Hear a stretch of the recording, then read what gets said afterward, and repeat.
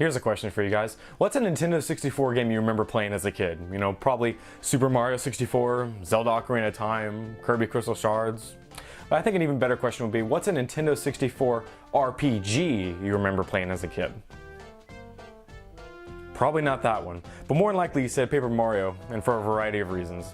Now when I think of an RPG and what it actually means to be considered one, I think of vast amounts of characters, an epic storyline, huge open world, vast amounts of power-ups, and epic boss fights.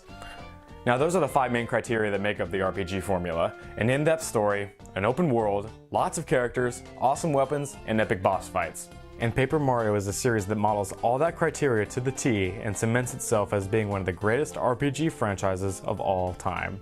There's no wondering why Paper Mario has become so successful. It's a simplistic RPG that anybody can pick up and play today. See, that's just it. It's a series that anybody can pick up and play. You know, those are the key words. And when I think of typical RPG franchises that are out there today, I think of Final Fantasy, Dragon Warrior, the Tales series. And when I think of those types of RPGs, I think of monitoring many characters at once. And I mean, to a casual gamer, that might be a little bit intimidating. Think of Super Mario Bros. On the NES. The game controlled with 2 buttons and a D-pad. Simplistic controls with a simple goal.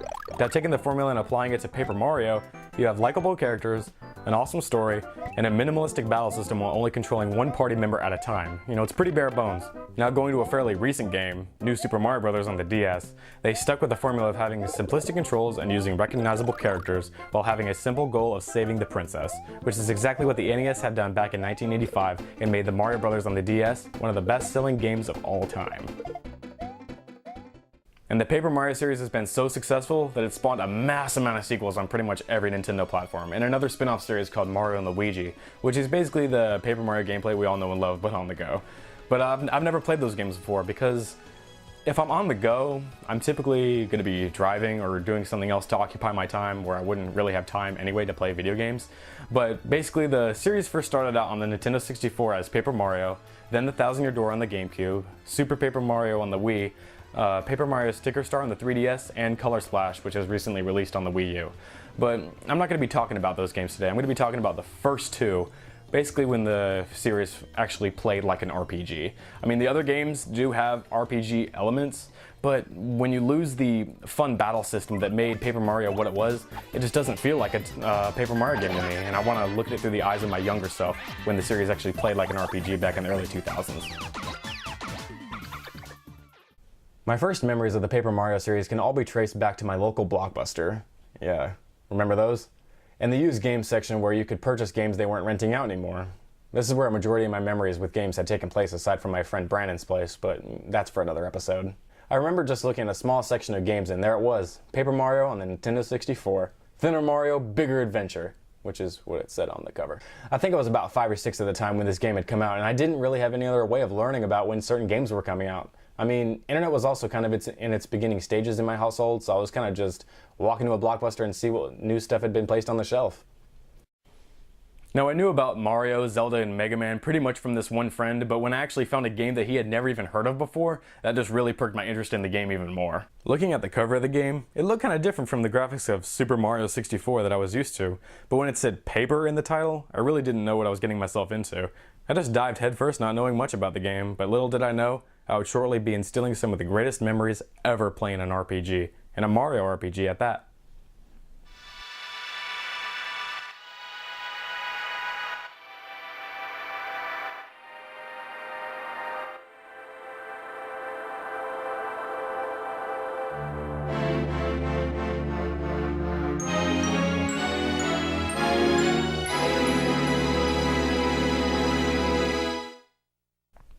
Now the premise of both games is pretty much identical. There existed a legendary treasure up above the clouds called the Star Rod in Paper Mario on the 64, and there was a prosperous town that had sunk to the bottom of the sea in the Thousand Year Door.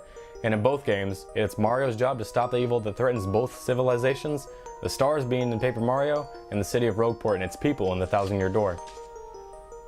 And in both games, it also needs to be mentioned that what divides the games into chapters is going to a certain location, having an epic boss fight, and saving one of the star spirits, Crystal Stars being in the second game.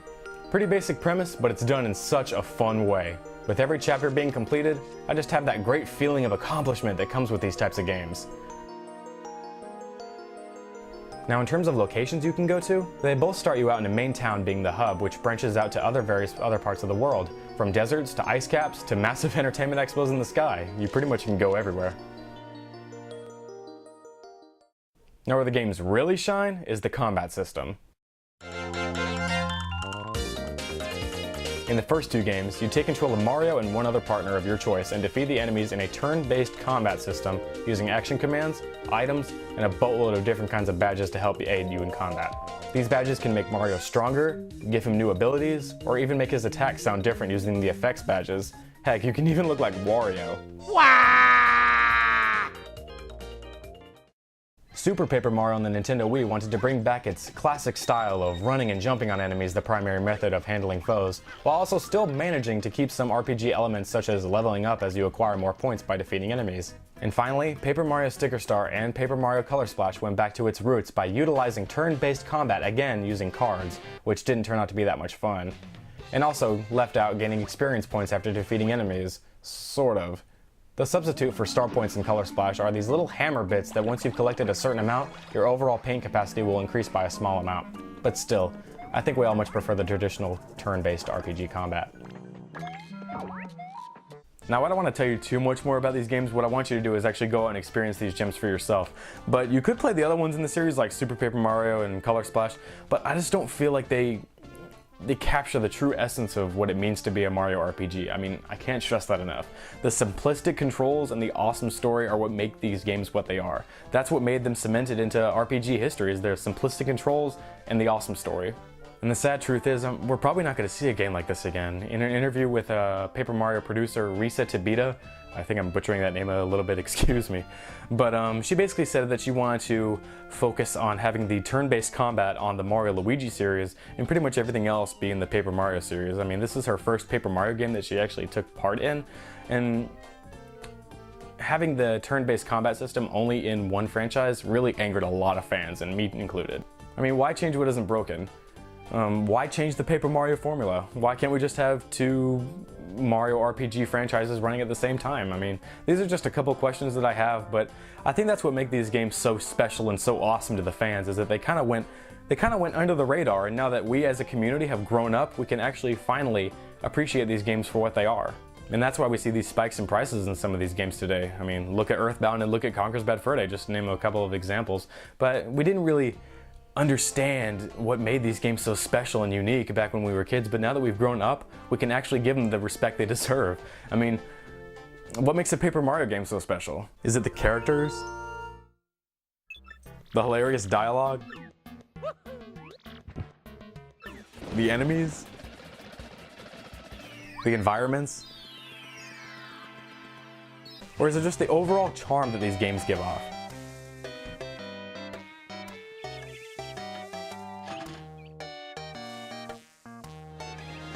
Well, for whatever the reason, these games will always deliver us experiences we will never forget.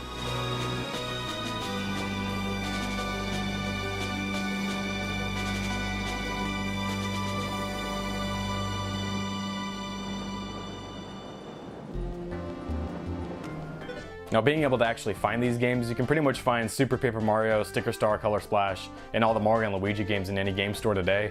But being able to find Paper Mario on the 64 and Thousand Year Door on the GameCube, if you're an avid online shopper, you can pretty much go on eBay any day of the week and find it for about $40, give or take. But if you're lucky, you might have a friend that has a copy of these games lying around that gives you a chance to actually play these games. I mean, back when I first started playing it, I mean, just like I said before, I had no idea what I was getting myself into, and if you actually give these games a chance, I know you'll have a great experience too. Now I'm going to try and keep this short and sweet. Thank you guys so much for watching. Please leave your comments and feedback in the comment section below. I really want to see how I did. And another thing I want to see in the comment section is, if you actually played the Paper Mario series before, what is your favorite moment from any Paper Mario game and why? Now also, don't forget to like this video, and also tell me in the comments what you guys would like to see next. Would you guys like to see a mini episode on Luigi's Mansion, my history with it, or my history with the Sonic Adventure series? Now that's all for now, guys. I'll see you again soon.